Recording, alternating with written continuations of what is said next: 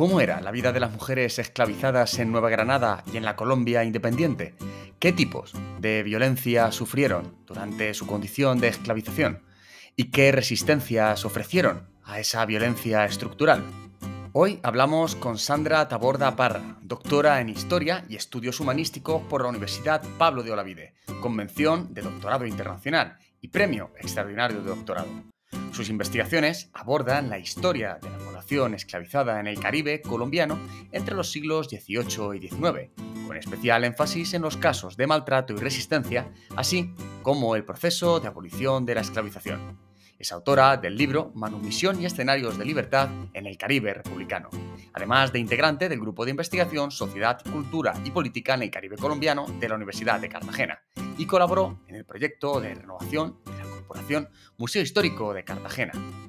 Ha realizado, además, estancias internacionales en diversas universidades de Portugal, Alemania, Colombia y Sao Tomé y Príncipe, y ha participado en el proyecto europeo Connect Caribbean. Si desean conocer más información sobre su currículum, les invito a consultar la descripción de este vídeo. Comenzamos con su entrevista.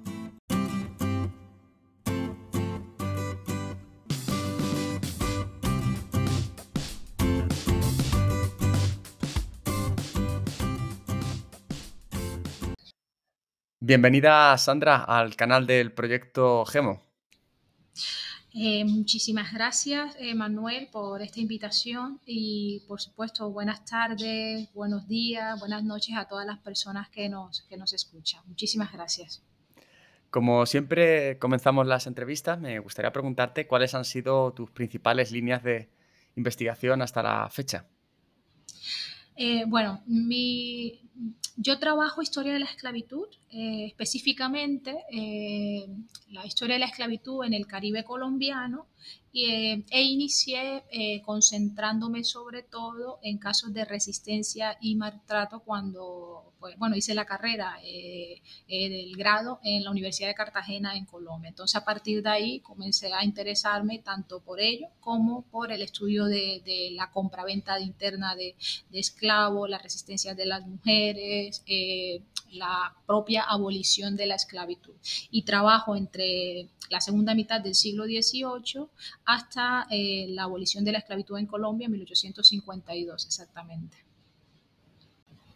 ¿Y cuál es tu labor en el marco del proyecto GEMO?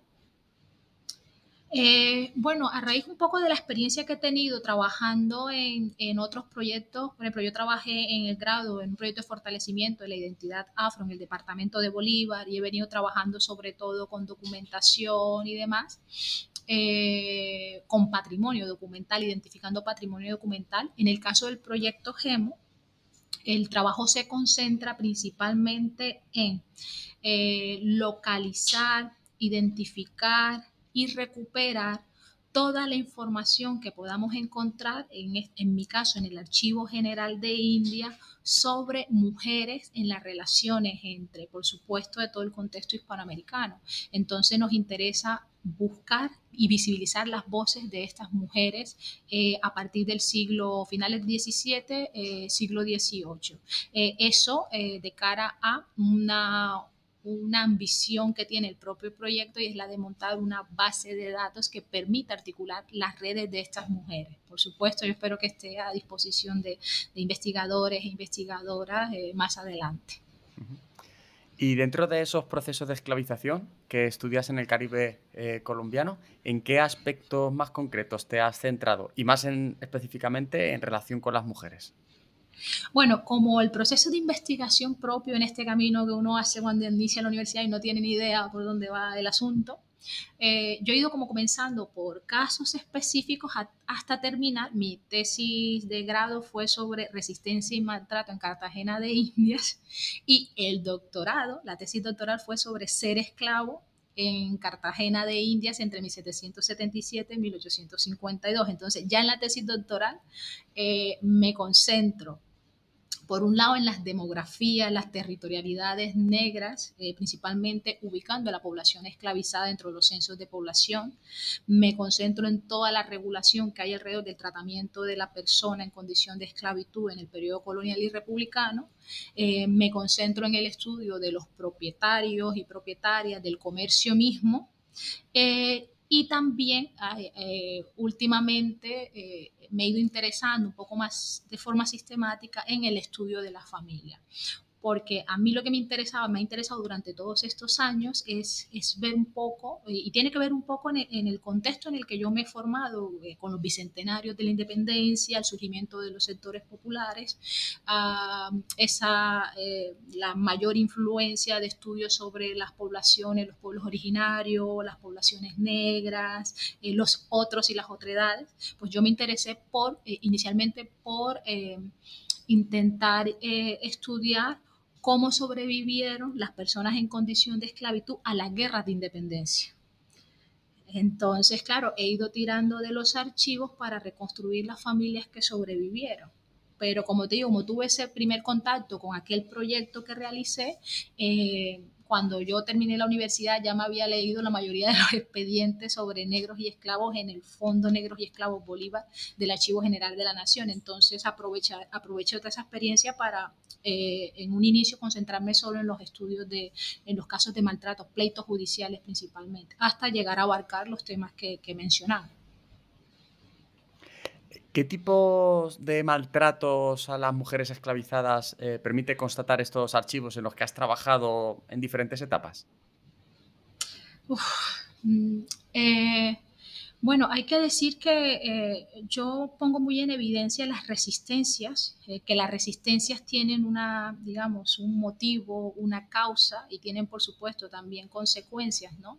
Pero los maltratos propios a las mujeres tienen que ver precisamente con la coartación propia del derecho que se da por ausencia de deberes del propietario, ¿no? Es decir, la negación de alimentación, la negación de vestido, por ejemplo, maltratos físicos sobre todo, o sea, aplicación del cepo directamente, latigazos. Hay, digamos, esclavizadas que denuncian abuso y violencia directa por parte de propietarios y propietarias, el hecho de que le nieguen la posibilidad de casarse o no con una persona que no es del agrado del propietario, la negación de la libertad, porque recordemos que en el periodo colonial se permitía por lo menos la automanumisión de los esclavos, ¿no? Y esclavas. Y claro, la negación de que el propietario o la propietaria se negara implicaba que esa esclava luchara tanto por alcanzar su libertad como la de todos sus familiares. Entonces, eso me lo voy a encontrar desde el siglo XVI, XVII hasta 1852. Hasta última hora hay esclavizadas que están peleando por ellas y por sus familiares y buscan todas las formas, por supuesto, de resistencia en el marco de la legalidad, pero también muchas resistencias como el cimarronaje que no están contempladas en la legalidad propia del tratamiento de la esclavitud, ¿no? Y dentro de estas formas de resistencia has hablado justo ahora mismo de dos, principalmente, cimarronaje y vías legales. ¿Podrías explicarnos un poco más en qué consistía cada una de ellas y como qué éxito podía proporcionar a estas personas esclavizadas adoptar una u otra? Mira, hay que mencionar que las resistencias de la población que fue esclavizada, ¿no? Traída de África, del continente africano a América, esa resistencia comenzó en suelo africano. Entonces, claro, hay rebeliones ya constatadas, hay personas que se especializan en estudiar ese tipo de resistencias. Por supuesto, hay resistencias también en los barcos antes de llegar al continente americano. Y en la llegada de la población al continente americano, desde el minuto uno, hay acciones, por ejemplo, de cimarronaje o huida. Esas huidas podían ser colectivas o individuales. O sea, ustedes quizás han escuchado lo que son los palenques o para el caso de Brasil las quilombolas, y son quilombolas que existen desde el siglo XVI-XVII. ¿Verdad?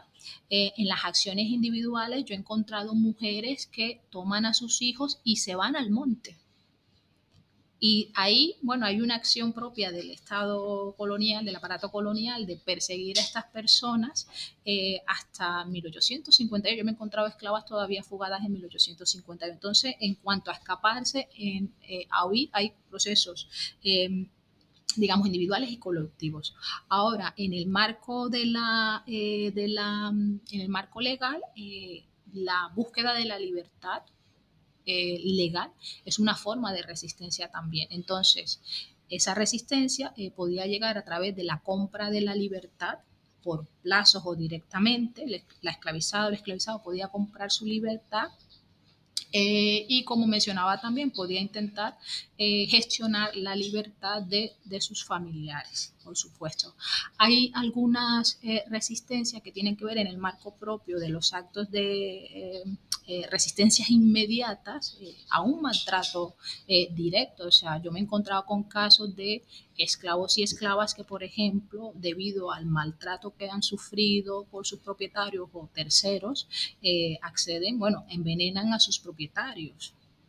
Claro, hay acciones de ese tipo porque ten en cuenta que son interacciones que se dan entre dos seres humanos con condiciones totalmente diferentes. O sea, los esclavos no están aislados. Sobre todo en el mundo que yo investigo, están relacionados con distintos sectores sociales. Entonces, hay esclavizadas que precisamente denuncian, por ejemplo, que el amo la envía a la calle a prostituirse, por ejemplo, o en el siglo XIX, que el amo no quiere entregarle al hijo ya cuando se ha aprobado la libertad de vientres. Entonces, claro, nosotros vamos a encontrar acciones cotidianas por todo tipo de actos que implican la vulneración de un derecho que ellos creen, además está, digamos, soportado legalmente. Como te decía, la ausencia de derechos, la ausencia de obligaciones por parte de los propietarios y propietarias, es decir, a vestir al esclavo, a permitir, por ejemplo, la asistencia a misas,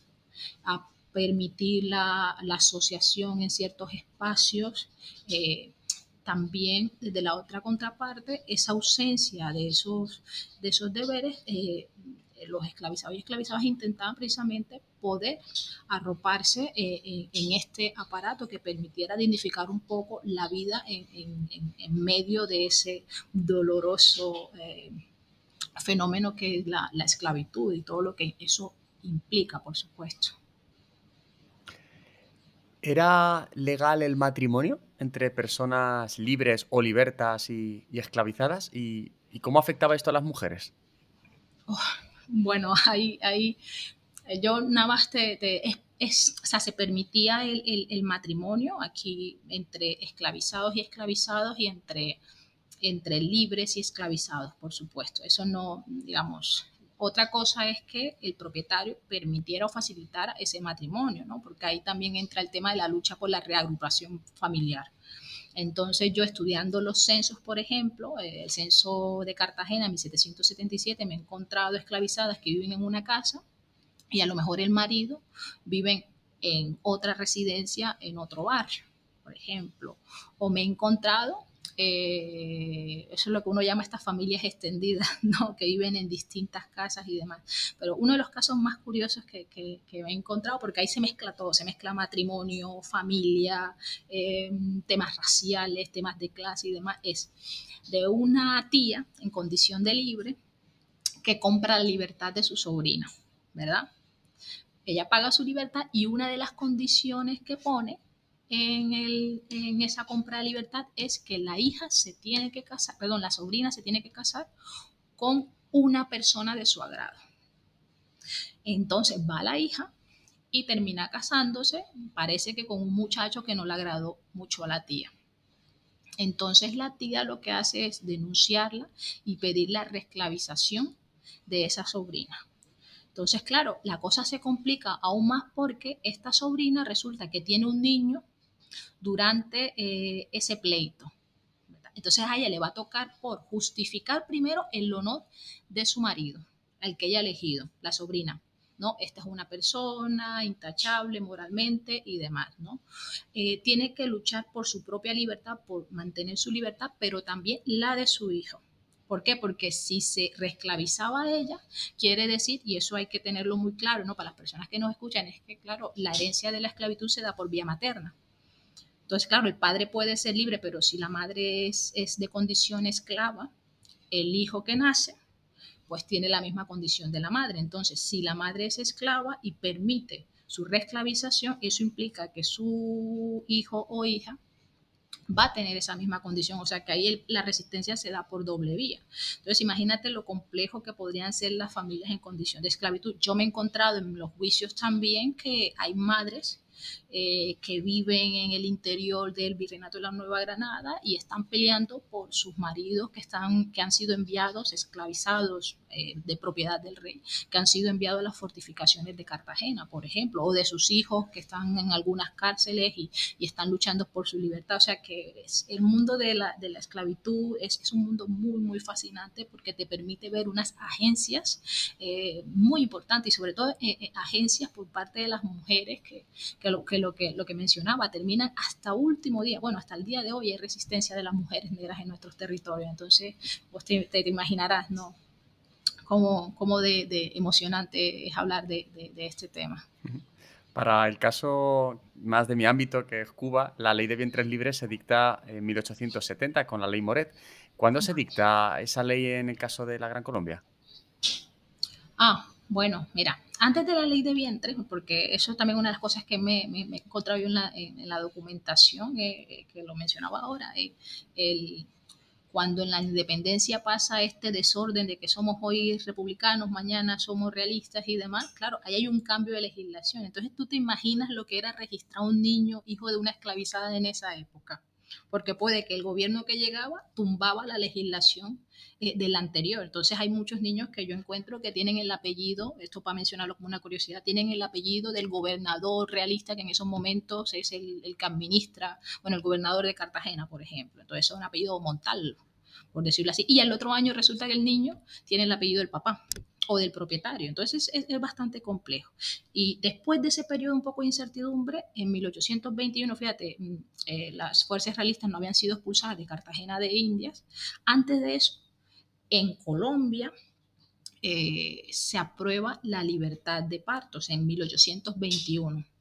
Exactamente, creo que fue en mayo, junio, julio, ahora no recuerdo muy bien el mes, y ten en cuenta que digamos, las fuerzas realistas son expulsadas en octubre de 1821, o sea que todavía estaban los territorios en total caos de guerra, pero ya se estaba debatiendo. Entonces, los niños nacidos a partir de 1821 en Colombia eran considerados manumisos.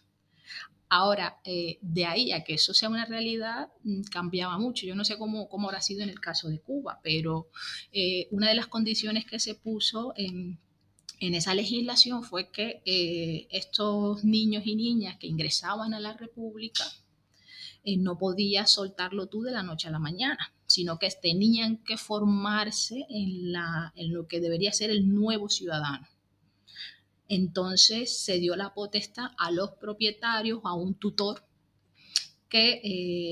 sobre o bajo el cual este niño debería estar hasta los 18 años. Entonces, cuando se supone que han debido cumplir los 18 años, vuelve a salir una legislación en la que dice, no, espérate, que para que sea ciudadano verdaderamente es necesario que esté con ese tutor o propietario o propietaria hasta los 24 años. Y así va tardando el asunto hasta 1852, que es abolida finalmente, 1851 es abolida y el 1 de enero de 1852 se hace efectiva.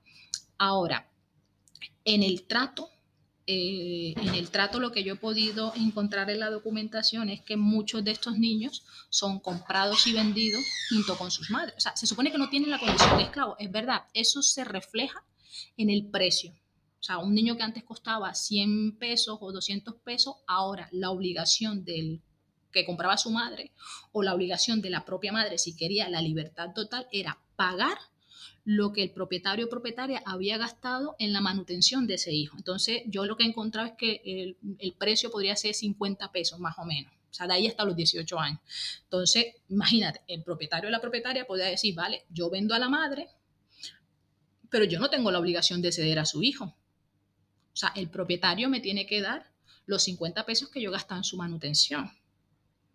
Y así hay pleitos cuando se abolió la esclavitud en 1851, como era una ley general, muchos propietarios dijeron que no iban a liberar a esos niños porque la ley no se dirigía a ellos y las madres estuvieron 2 años o 3 años más peleando para que los propietarios le devolvieran a sus hijos. O sea que se mantienen en el Estado. También me he encontrado en algunos testamentos, es verdad que cuando hacen el listado de los esclavos que están en la hacienda, por ejemplo, trabajando, me he encontrado niños en condición de manumisos libres que están haciendo oficio en condición de libertad con sus padres. Entonces uno encuentra diferentes escenarios de trato. Lo cierto es que hasta 1848 por ahí, yo me estoy encontrando madres que se han fugado con los hijos en el marco de esta república naciente, se siguen fugando, porque no creen completamente en el Estado republicano.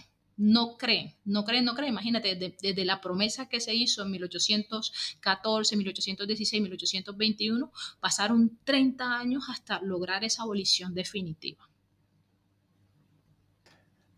¿Y cómo podían ahorrar para pagar su libertad? Que es una típica pregunta que se hace la gente cuando se habla del proceso de manumisión y de coartación. Bueno, eso parte un poco también de la picardía de esta sociedad colonial, porque claro, a un propietario, por ejemplo, imagínate tú, le salía mucho más rentable mandar a su esclava a vender frutas al mercado y le decía a esta esclava, bueno, tú tienes la obligación solo de darme tantos pesos a la semana. Entonces, el propietario no estaba completamente encima de la esclavizada. Entonces, ahí es donde entran esas agencias de poder ahorrar. Yo me he encontrado que a lo mejor justifican que han ido poco a poco ahorrando 20 años, 30 años, se lo dan a una persona de confianza, puede ser procurador de pobres o puede ser el párroco, ¿sabes? De la parroquia como tal. Y cuando ahorran todo ese dinero, pues van e intentan comprar su libertad. ¿No? Porque en el mundo, sobre todo de la esclavitud urbana, claro, no nos vamos a encontrar los esclavos ahí, como pasa en el caso de las plantaciones, ¿no? 24/7, 24/6, en la plantación, día, noche, mañana. No, en el caso de la esclavitud urbana encontramos mujeres que están ejerciendo de lavanderas, de planchadoras, de cocineras, y ese marco de la vida urbana, sobre todo, por ejemplo, en los puertos, permite un montón de agencias de contactos e intercambios. Imagínate cuando una persona le alquilaba o le prestaba un esclavo a un vecino. Claro, el esclavo podía ejercer de albañil, pero también podía intentar sacar unos pesos por otro lado. Ahora, que el propietario reconociera o no que ese dinero era lícito, porque ahí se aplica lo de si tú eres mi propiedad, lo que tú tengas, así como tu hijo, es mi propiedad. Entonces, hay casos en los que los propietarios se niegan a reconocer que ese dinero es lícito. Yo me he encontrado esclavos que a lo mejor le servían al amo y los días que tenían de fiesta, pues tenían derecho a un día, por decirlo así, para ir a misa además, se perdían a trabajar en las minas. Entonces ahorraban algo de dinero con el trabajo en las minas y me he encontrado que ese propietario no les aceptaba porque él decía, si las minas están ubicadas dentro de mi territorio, ellos son esclavos míos, las minas son mías, por lo tanto lo que han ahorrado es dinero ilícito, o sea, me han robado. Entonces hay muchos enfrentamientos, hay reconocimientos por supuesto, pero en eso va a consistir un poco el tema del ahorro, de esa libertad que tenían yo he encontrado patilleros, pregoneros, zapateros, herreros, y en el caso de las mujeres todos los oficios domésticos que podían desempeñar, sumado a toda la actividad de prostitución que también hubo en estas sociedades urbanas de la colonia. Has mencionado justo ahora al final la prostitución. ¿Cómo podemos explicar eso, la prostitución, en el marco de la esclavización en Colombia, hasta donde tú lo has estudiado? Se ha encontrado, por ejemplo, sobre todo el siglo XVIII, simplemente bueno, yo lo he encontrado en dos contextos, ¿no? En los propietarios que en esa excusa de tú me tienes que entregar tal dinero, tú asumes como sea la venta del cuerpo, ¿no? Libremente o obligada. O sea, como servicio a otros propietarios y demás. Me encontré en un caso un caso muy curioso y es uno de los más documentados que he encontrado, lo ha estudiado también otra colega porque es fascinante, es de una esclavizada que en el juicio de lo que se le acusa a ella es precisamente de vender su cuerpo por voluntad propia, ¿no? Si nos metemos en teorías de prostitución y demás, es otra cosa, pero aquí lo que hablamos directamente es de la venta del cuerpo por servicios sociales, independientemente de eso, cómo se ha concebido en la época. Entonces, sí hay esclavizadas que se prostituían precisamente para conseguir ese dinero para alcanzar la libertad, porque tenías que buscar todos los medios posibles y la venta del cuerpo era un medio precisamente para conseguir ese dinero. Entonces, ahí lo que se tacha a la esclavizada es que la discusión es diferente porque ahí se está tachando su moral. Entonces, sí, otras personas, porque ella estaba intentando alcanzar su libertad, otras personas lo que sí dicen es que testifican de que muchos hombres la visitaban. O sea, no van a decir que está ejerciendo la prostitución y demás, tampoco nosotros podemos, pero se interpreta desde la parte oficial la acusación de prostitución de la esclavizada. Pero, como te digo, o sea, hay diferentes contextos, pero por supuesto el cuerpo, tanto para oprimir o para alcanzar la libertad, la propia noción misma del cuerpo, ¿no? Está presente. Solemos o tendemos a pensar, quizá prejuiciosamente, que solo los hombres eran propietarios de personas esclavizadas, pero has dicho que había propietarias. ¿Puedes Ajá. contarnos algo más al respecto? Sí, bueno, a veces uno no quisiera, ¿no? A veces mencionar en femenino lo de la propiedad, pero cualquier persona que pudiera tener a otra en condición de esclavitud, lo iba a hacer en el periodo colonial. Y entonces aquí encontramos gente de todas las clases, de todos los sexos, de todas las razas, intentando hacerse con esclavizados y esclavizadas. ¿Cuál es la diferencia? O sea, ten en cuenta que nosotros en este periodo encontramos lo que son las grandes señoras del hogar, que es la que administran el hogar y están pendientes, por supuesto, de la administración de los servicios dentro del hogar, ¿no? Entonces, yo en el siglo XVIII me estoy encontrando, bueno, en el siglo XVIII ya hay muchas mujeres que son grandes comerciantes.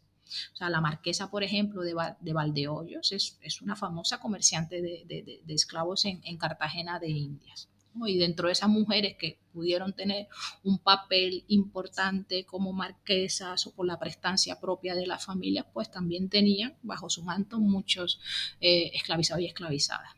A mí lo curioso la curiosidad que he encontrado es que después de las independencias, eh, cuando he revisado todas las compraventas de esclavizados, el 60%, 65% de las compraventas las realizaban las mujeres. Puede que ellas no sean las propietarias de los esclavos, pero no, actuaban como representantes de los maridos muchas veces. Y en ese sentido administraban todos los recursos del hogar. Pero también tenemos en cuenta de todo lo que pasó en la independencia, el impacto mismo de la independencia sobre la población masculina, se quedan muchas viudas y me doy cuenta que están presentes porque comienzan a vender a los esclavizados para sostener sus hogares. Muchas se quejan porque dicen, no, a mí lo único que me queda es un esclavizado, como para decir que ya están en periodo de miseria, pero sí las hay presentes hasta cuando se hacen los listados de manumisión en 1851, que se convoca a todos los propietarios para que entreguen o registren a sus esclavizados y demás, para hacer los vales sobre todo que le va a pagar el Estado. Me encuentro con muchas mujeres, o sea, yo me he encontrado con una que presentó creo que 20 esclavizados, que en Cartagena es bastante, y me encuentro a otra, por ejemplo, en 40 años, que está constantemente presente en las transacciones, y se compran, por decirlo así, entre las familias que se conocen, porque ya la importación de esclavizados después de 1821 no se permite. No se permite, o sea, se acaba la importación de esclavos, es decir, aquellos que vienen de otros territorios que no pertenecen a la Nueva Granada o que pertenecen de África, ese comercio se abolió, bueno, más o menos con las independencias. Entonces lo que se está haciendo es una reventa de los esclavizados que ya están existentes en el territorio, pero ahí están las mujeres presentes, por supuesto, más en el 19, y digo más en el 19 no porque no haya antes, digamos, sino porque he podido documentarlo después de 1810, o sea, más sistemáticamente, porque ya estudiar los 3 siglos anteriores es un poco más complicado, pero sí hay grandes presencias de personajes, de mujeres que tanto eran comerciantes de esclavizados como de harina, de víveres y demás, porque tuvieron, como te digo, tuvieron un papel importante en el marco de la administración de la riqueza de su familia, por supuesto. Tú misma acabas de mencionar que existe esa cierta asimilación entre el triunfo de las independencias y la creencia de que se terminaron ahí las esclavizaciones, pero no era así. Y no fue ese el ejemplo de Colombia. ¿Cómo se produjo la extinción de la esclavización y de la esclavización ilegal o del tráfico ilegal de personas esclavizadas en Colombia? Bueno, independientemente del debate económico de si era rentable o no la esclavitud, porque ahí implica pues hacer toda la evaluación respecto a si era más rentable contratar a una persona, eso ya en el siglo XVIII, te estoy hablando cuando sea la Revolución Francesa, plena Revolución Industrial después, ¿no? Claro, ahí ya está el debate sobre si es más rentable tener a una persona esclavizada con todo el mantenimiento que eso implica o simplemente pagarle el salario a una persona en condición de libertad. O sea que ya en el 18 tenemos ese debate, ¿no? Forzado también un poco por Inglaterra, curiosamente, que firma después acuerdos a inicios del siglo, eh, del siglo XIX. Pero claro, nosotros tenemos la revolución haitiana de precedente y creo que marcó mucho.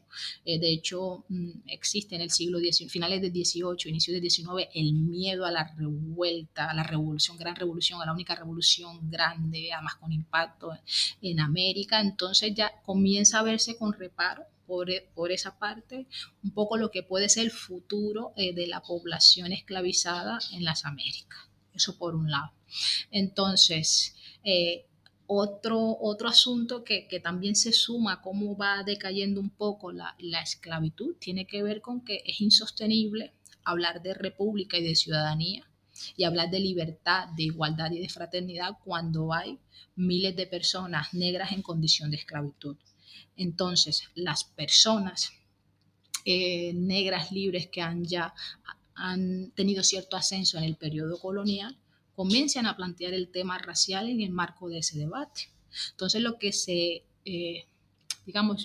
va probando inicialmente en el contexto neogranadino es la abolición paulatina, no completa porque ahí ya está el debate con los grandes hacendados.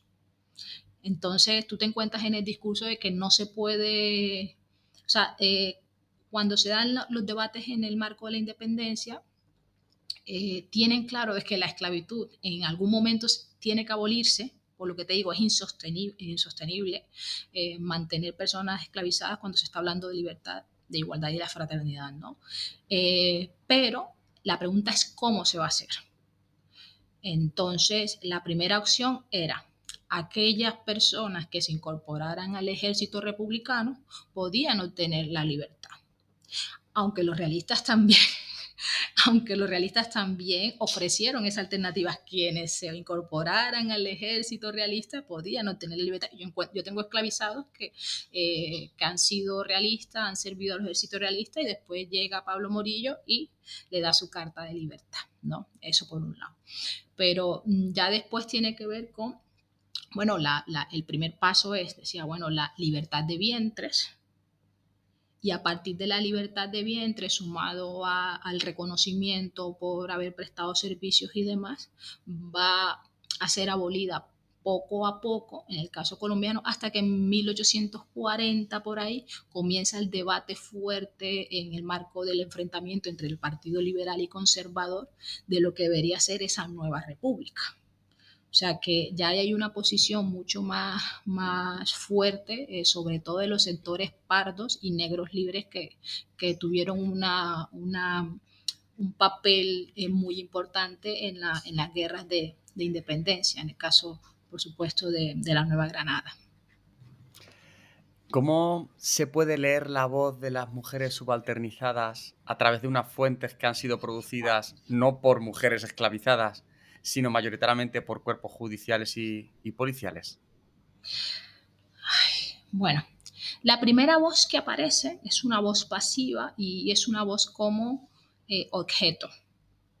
O sea, es decir, los esclavizados aparecen porque son objetos de compra-venta.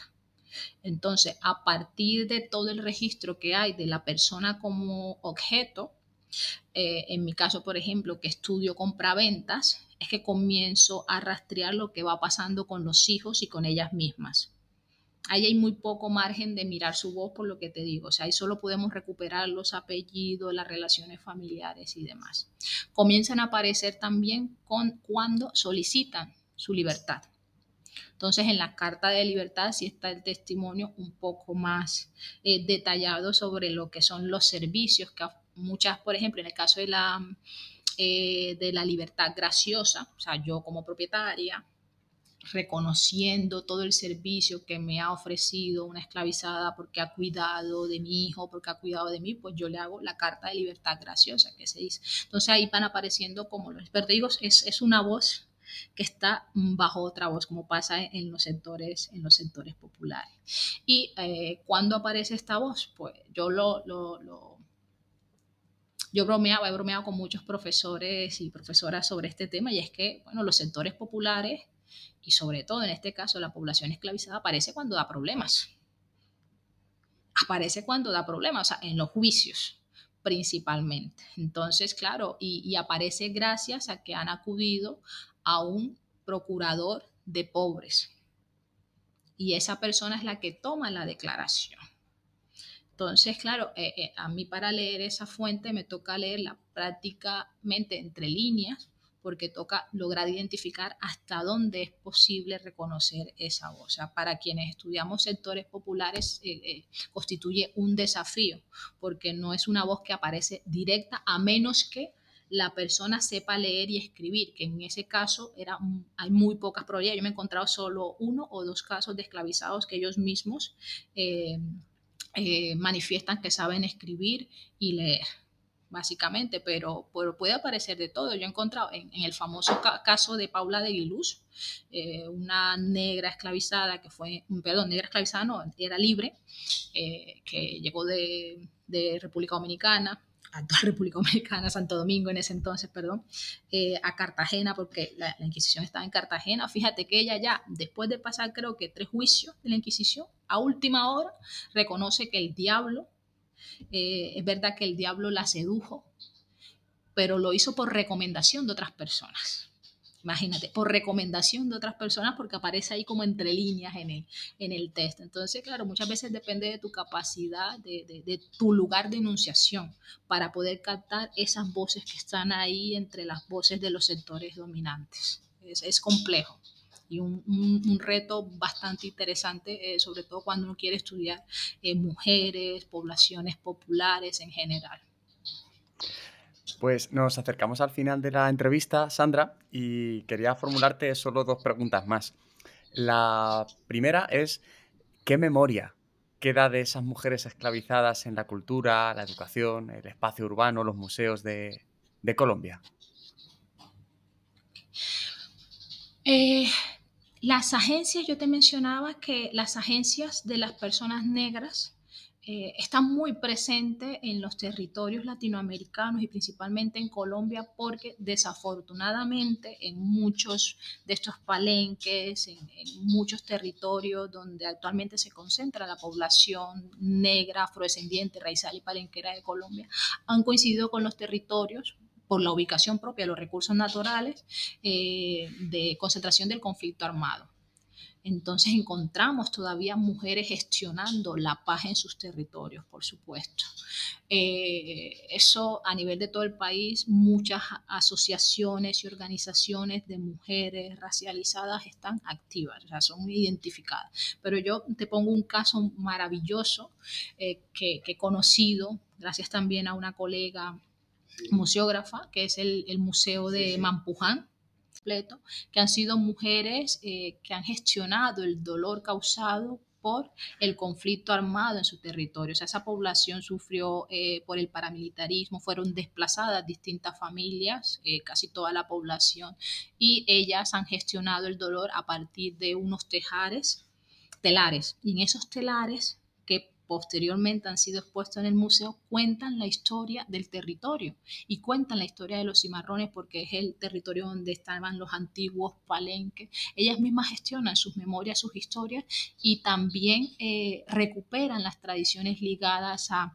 los saberes de la gastronomía, los saberes ligados a la medicina, a recuperar todas las prácticas patrimoniales de la población. Entonces están ahí presentes, no necesitan que otros vengan a visibilizar su trabajo, porque ellas actualmente creo que han sido galardonadas, o sea, este año han sido galardonadas de un montón de premios en el país, reconociéndoseles oficialmente ese esfuerzo que han desarrollado por más de 2 décadas, básicamente. Por último, Sandra, como al resto de personas del Proyecto GEMO que pasan por el canal, te quiero preguntar cómo animarías al público, y en especial a nuestros y nuestras adolescentes, a conocer los procesos de esclavización en el caso de Colombia, y más en concreto el papel y las vivencias de las mujeres. Mira, es una respuesta muy sencilla, porque yo creo que como seres humanos, como mujeres, como personas en esta sociedad, debemos estar siempre en disposición a conocer otros espacios, otras experiencias. Creo que enriquecen. A veces uno aprende de quien menos piensa. Y a mí estas mujeres esclavizadas me han enseñado tanto desde la resistencia, desde cómo gestionar precisamente mis propias agencias. Y son historias que nos narran precisamente cómo ha sido el pasado de una población que ha sufrido históricamente la discriminación, el maltrato y el racismo presente hoy en nuestra sociedad. Y siempre mirar hacia el pasado es una apuesta para precisamente comprender el presente y plantear precisamente soluciones. Entonces siempre mirar al pasado para aprender de todos, de todas, y superar estos procesos. Pues muchas gracias, Sandra, por una entrevista tan interesante y tan motivadora para impulsar cambios en nuestro presente. Así es que nuevamente gracias por tu tiempo y por tu conocimiento. Un abrazo. Muchas gracias a ti, Manuel, por esta invitación, por este espacio que abre el proyecto GEMO. Y nada, aquí a disposición, y esperemos que sean muchos años más sacando a la luz este tema que es necesario en nuestra sociedad. Muchísimas gracias, y muchísimas gracias a todas las personas que nos han escuchado desde todas las orillas posibles. Un abrazo igual. Si os ha interesado este contenido, dadle a me gusta y suscribiros, y sobre todo compartidlo en vuestras redes y con vuestros contactos. Si podéis, dejadnos un comentario con impresiones y críticas. Esto nos motiva a seguir publicando y mejorando los siguientes vídeos de divulgación. Os esperamos en la próxima entrevista del canal de GEMO.